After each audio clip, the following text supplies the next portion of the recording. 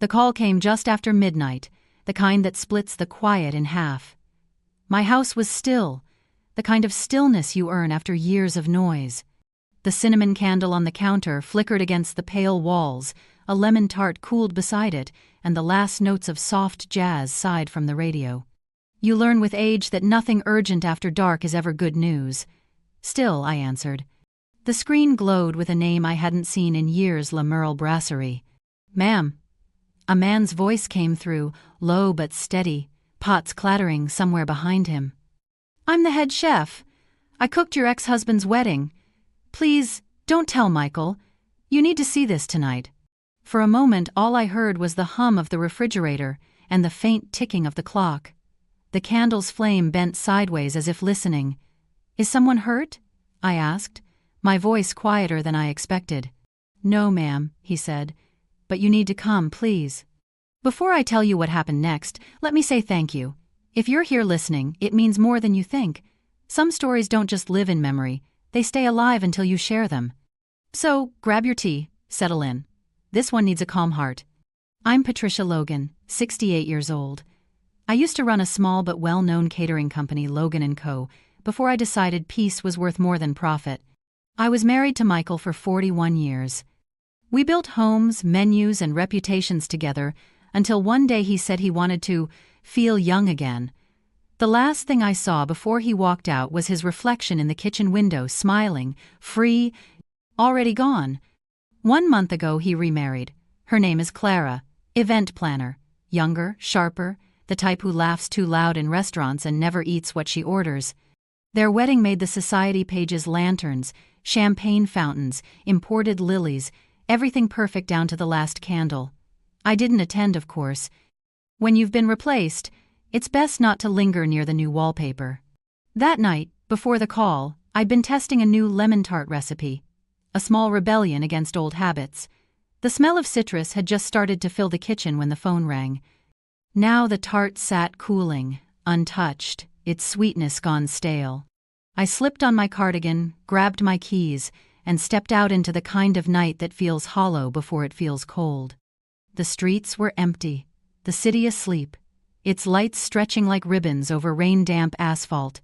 My headlights carved through the dark, and in the quiet hum of the engine, my heart matched the rhythm of the wipers.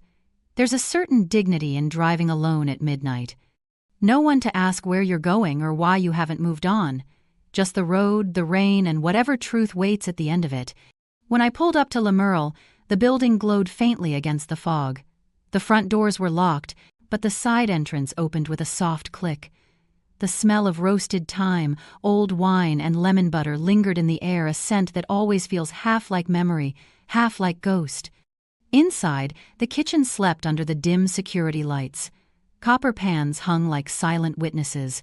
The chef stood near the back office, tall, dark apron dusted with flour, worry creased between his brows. He looked young enough to be my grandson, but carried the eyes of someone older than his years.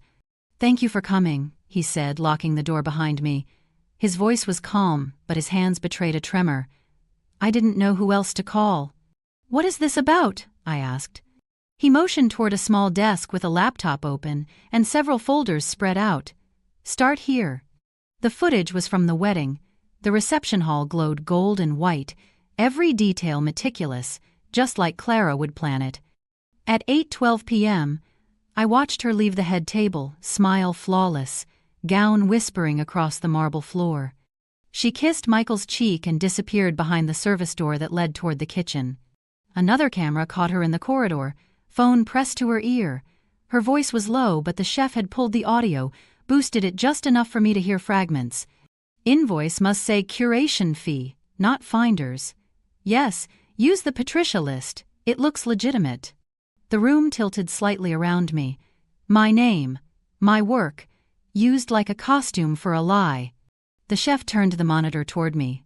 "This is our internal comp sheet," he said. Every vendor, florist, baker, decorator was pushed through a consulting company called Sunbury Lane Group. It took a cut from every contract. On paper, everything looked clean. But look. He slid a printed ledger across the desk, rows of numbers circled in red. Their price templates, their descriptions. Even the layout, it's yours. Word for word. I stared at the paper. It was like reading a forgery of my own handwriting. Why call me? I asked softly. He swallowed hard. Because I know your work.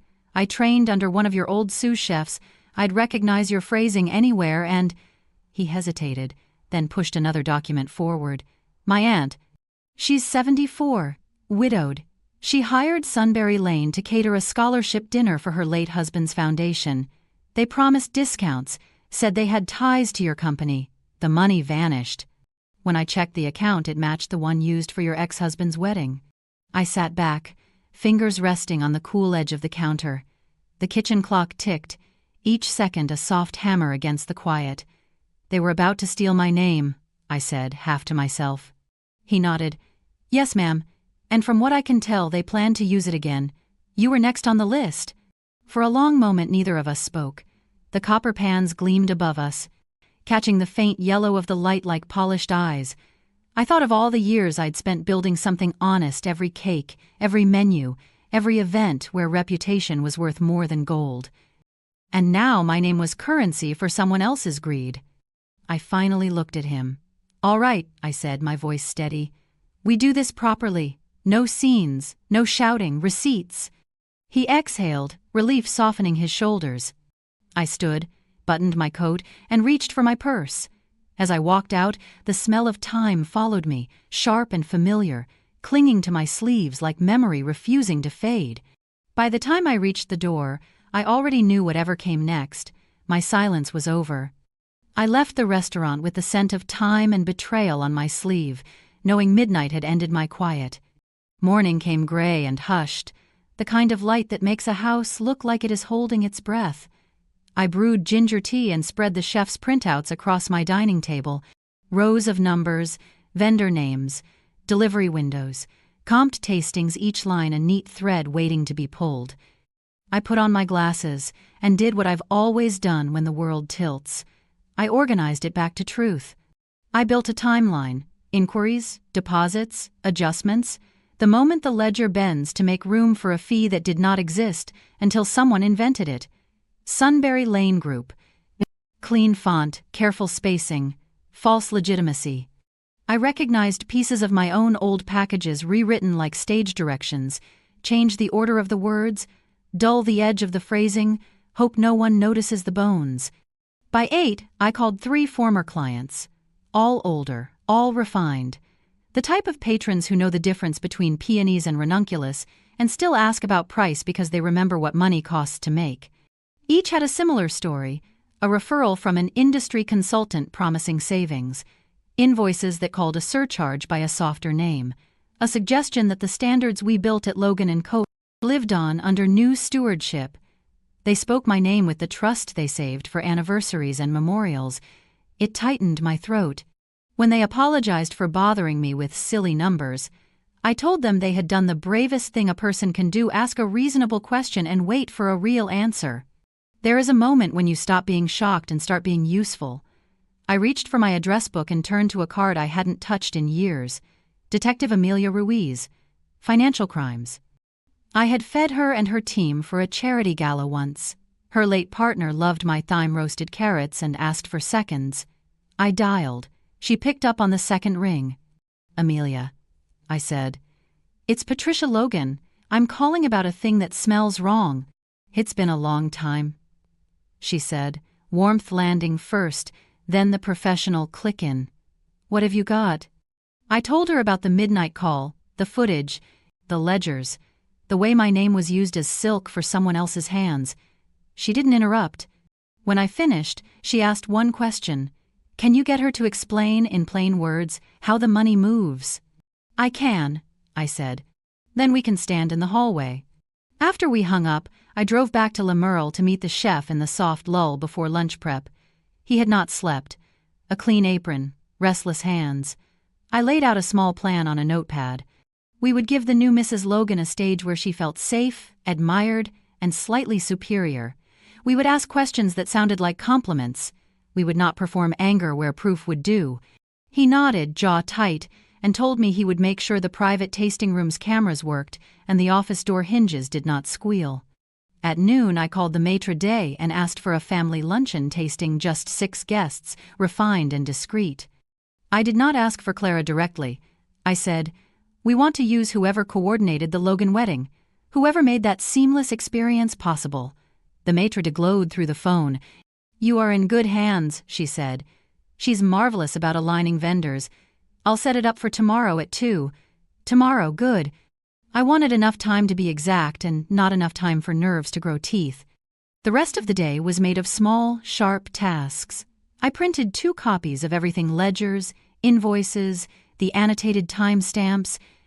I wrote a list of phrases that con artists like to use when they want to sound legitimate: preferred rates, relationships, curation. I underlined the words that reveal the gears: percentage, off their end, offshore, balance later. I practiced my tone, the polite curiosity of a woman who can pay for beauty but hates being played for a fool. I stood in my kitchen and rehearsed it with the lemon tart knife still in my hand, then put the knife down because symbolism doesn't serve you if you lean on it too hard. Near dusk, the chef stopped by my house with a small box of pastries I couldn't taste. He brought news. The private room would be ready. The corridor camera had been serviced. The staff briefed on utter normalcy. "No one will know anything is different," he promised. Not even her. He hesitated at my doorstep, then added, "I'm scared, not of her, of what happens to the restaurant if this explodes." "Truth doesn't explode clean kitchens," I said. "It disinfects them." He smiled at that, a quick thing, grateful and young. When he left, the neighborhood cat leaped the fence and stared at me like it knew the shape of my day. "Tomorrow," I told the cat. "We finish tomorrow." I slept lightly, waking twice to check the clock, dreams edged with menus and numbers, the way grief sometimes dresses up as arithmetic. I rose before sunrise, pressed my dress, polished my shoes, and pinned back my hair with the pearl comb my mother wore when she wanted to look like she took herself seriously. I brewed tea and let the steam clear the night from my throat. At 1, I drove to Le Merle with my folder and a small, steady heart. The maitre d' greeted me with elegance and relief. The relief of a person about to earn a commission from someone who won't ask for a discount and won't be cruel. She led me toward a quiet hallway where Detective Ruiz waited in a gray suit that had seen courtroom benches and long stakeouts. We did not hug. We are not that kind of old friends. But she put a hand to her heart for a moment, as if remembering a gala where the band played too loud and the carrots were perfect. "You know the rules," she said. "I ask," she answers. I said. "When she says the thing that matters, you come in." "Exactly," Ruiz said. "We are recording. Be yourself." Being myself used to mean being gentle first and firm later. Now it meant being both at once. I followed the maitre d' into the private room and sat at a table set with white linen, polished silver, and a small vase of garden roses. Soft jazz brushed the air. The chef sent out a welcome sip of sparkling citrus water and disappeared behind the door like a man who knows when to vanish. Clara arrived 3 minutes late, right on time for someone who performs importance. Tailored white blouse, pencil skirt the color of stormwater, a scent like a new magazine. She extended her hands as if greeting an old friend, and let her eyes run over my face like she was reading my label. "Patricia," she said, bright, light, practiced. "You have no idea how honored I am. Michael spoke so fondly of your palate." "He spoke of my casseroles," I said. "Let's see about my palate." She laughed as if we had already agreed to be on the same side. The chef sent the first plate, a sliver of citrus-glazed salmon on a butter-brushed crostini, micro-herbs posing on top. It tasted as beautiful as it looked, but I let the compliments sit. Appetite is leverage. Praise is a tool you use when it buys you something. "I want simple," I said. "Beautiful, yes, but simple. And I want clarity in the numbers. I don't like fees hiding behind pretty words." "Of course," she said, warm, unoffended. "That's what we do. We simplify. We know who plays well together. We build the room and let you enjoy the music." "And the price?" I asked, casually interested. "How do you build that?" "We have preferred relationships," she said. "Vendors give us better rates because we feed them steady work. We take a curation percentage off their end so you never see the noise. It's clean." I held her eyes for a beat. "And if a client is generous?" She smiled the smile that wins awards in rooms where rules look optional. "Then we make sure the right people feel appreciated. A discretionary premium, so to speak. We split the thank you. First offshore for clean bookkeeping. Then we balance it later. It's fluid at the beginning." The room did not change, the light did not flicker, but the edges of the moment sharpened like a blade that has been waiting inside cotton. I placed my napkin gently beside my plate. "The tart," I said, as if we were only talking about sweets, "was a touch sweet last time. This version is better." The door opened with a soft pivot. Detective Ruiz stepped in with 2 officers behind her. No raised voices, no panic, just authority as quiet as certainty. "Clara Hayes?" Ruiz said, using a calm that sounded like fairness. "You are under arrest for financial fraud, elder exploitation and related offenses. Please stand." Clara's face did a strange thing: shock, then calculation, then the brittle smile of a woman who does not yet understand that the performance is over. She opened her mouth as if to charm the air, then closed it as Ruiz read rights that have ended many scenes exactly like this. I did not speak. I glanced toward the corridor camera and then at the chef, who watched from the kitchen doorway with a hand pressed flat to the frame, as if steadying the building. When Clara was escorted out, he exhaled so deeply the roses in the vase shivered. Ruiz approached the table. "You did well," she said. "Thank you for keeping your hands clean." "I always have," I said. The staff resumed their silent ballet, clearing plates with the reverence restaurants reserved for rooms that have just seen something important.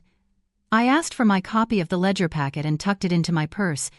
As I left, the maitre d' squeezed my hand and whispered, "I'm sorry." It wasn't an apology for the food, it was for the world.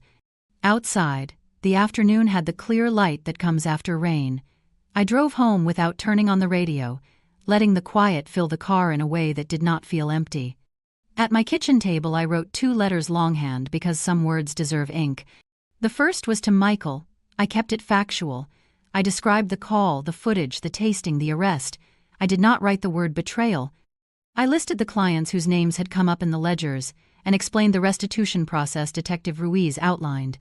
I set boundaries in sentences that could not be misunderstood. "I will not discuss this over the phone," I wrote. "I will not entertain arguments about intent. From this point, you will direct any questions to Detective Ruiz. My only priority is the protection of people who trusted our name." The second letter was to the chef's aunt. I enclosed a careful summary of the events and the contact information for the Financial Crimes Office, as well as vouchers I negotiated from vendors who wanted to separate themselves from the stain quickly and publicly. I did not promise that the money would feel like it used to. I promised that I would follow the case until the last check cleared. I placed both envelopes by the door, then washed my teacup and set it on a towel to dry. When evening settled its soft weight, I went to the porch. The neighborhood cat leaped the fence as if it had been rehearsing the move all day. The air smelled faintly of lemon and rain.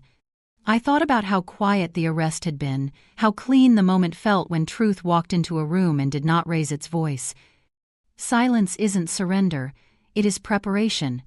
You rush, you ruin, justice without cruelty. I had said those things to myself for years without fully needing them. Tonight they felt like the recipe you finally cook exactly right. I stayed outside until the streetlights blinked awake, until the candle in my kitchen burned down to a small, steady bead. When I finally went in, I folded my cardigan over the chair and took the lemon tart from the refrigerator. I cut a small slice and tasted it, really tasted it, the way you do when you know you have time. It was still a touch too sweet. I smiled. Tomorrow I would adjust.